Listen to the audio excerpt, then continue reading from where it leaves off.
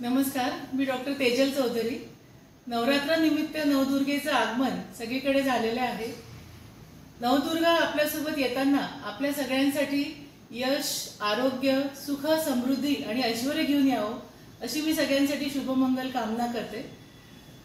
आपण बघतोय की नवरात्रामध्ये नवदुर्गेचं सगळीकडे पूजन होत आहे।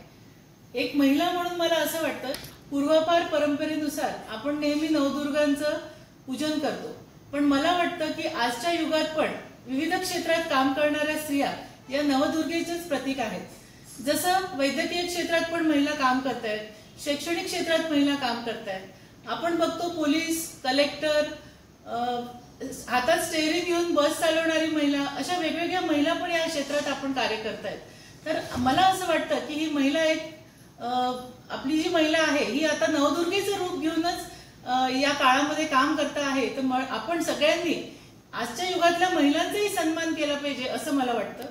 आपण बघतो की या धकाधकीच्या जीवनामध्ये महिला आपल्या मुलांना सांभाळताना, आपलं करिअर सांभाळताना आपल्या आरोग्याकडे खूप दुर्लक्ष करतात। तर आपल्या आरोग्याकडे पण महिलांनी जसं आपल्या मुलांची, आपल्या परिवाराची आपण काळजी घेतो, तशा आपण आपल्या आरोग्याची काळजी स्वतःची जर घेतली तर नक्कीच आपण आपल्या पूर्ण परिवाराची काळजी खूप चांगल्या प्रकारे घेऊ शकतो।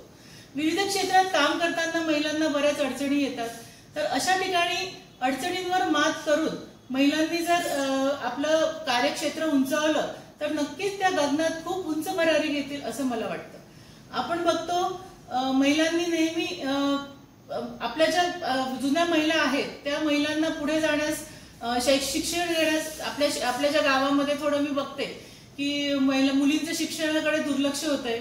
मुलीला लवकरच लग्न करून देतात, तिच्या करिअरचं त्यांना काहीच भान राहत नाही, आणि मग नंतर जर पुढे जाऊन जर मुलीवर काही आपत्ती आली किंवा एखादा दुर्दैवी प्रसंग आला तर मग मुलीला आपल्या म्हणजे खूप नैराश्य येतं। तर अशा ह्याच्यामध्ये जर आपण मुलीला चांगलं शिक्षण देऊन स्वतःच्या पायावर जर उभं ठेवलं आणि मग नंतर आपण तिचं लग्न केलं आणि तर त्या मुलींना आपण जास्त चांगल्या प्रकारे पालन पोषण केलं असं म्हणता येईल। मुलींना फक्त स्वातंत्र्य देणं गरजेचं नाहीये, पण आपण एका चौकटीत राहून, म्हणजे जी आपली जी परंपरा आहे ती राखून जर आपण बाहेरच्या क्षेत्रात आपण काम केलं तर आपण नक्कीच खूप पुढे जाऊ शकतो।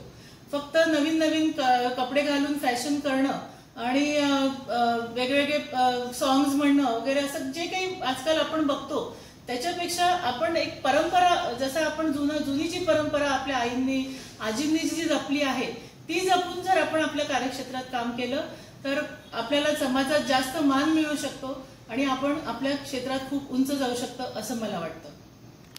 आजच्या युगामध्ये महिलांनी फार प्रगती केली आहे। प्रत्येक क्षेत्रात महिला पुढे पुढे जात आहेत। आपण बघतो की विमान चालवायला, रेल्वे चालवायला, बस चालवायला कुठेच महिला मागे नाहीयेत। अशा वेळी महिलांनी कोणत्या क्षेत्रात प्रगती केली पाहिजे हे सांगता येणं कठीण आहे, पण जे काही विज्ञान फक्त वैज्ञानिक क्षेत्रातच केली पाहिजे असं नाहीये, पण आपण जर आपल्या घरगुती पण एखादा बिझनेस सुरू करू शकले, जसं बऱ्याच महिलांना असं वाटतं की त्यांना घरातून बाहेर निघता येत नाही घराच्या जबाबदाऱ्यांमुळे, तर मग तुम्ही अशा वेळेस पण आपण काही एखादा घरगुती बिझनेस चालू करून पण आपल्या पायावर उभं राहू शकता। जसं की वेगवेगळ्या क्षेत्रात पापड बनवणं आहे, कपडे शिवणं आहे, ब्युटी पार्लर आहे, जे तुम्ही तुमच्या घरी राहून आपलं घरदार सांभाळून असे बिझनेस करून स्वतःच्या पायावर उभं राहू शकतात।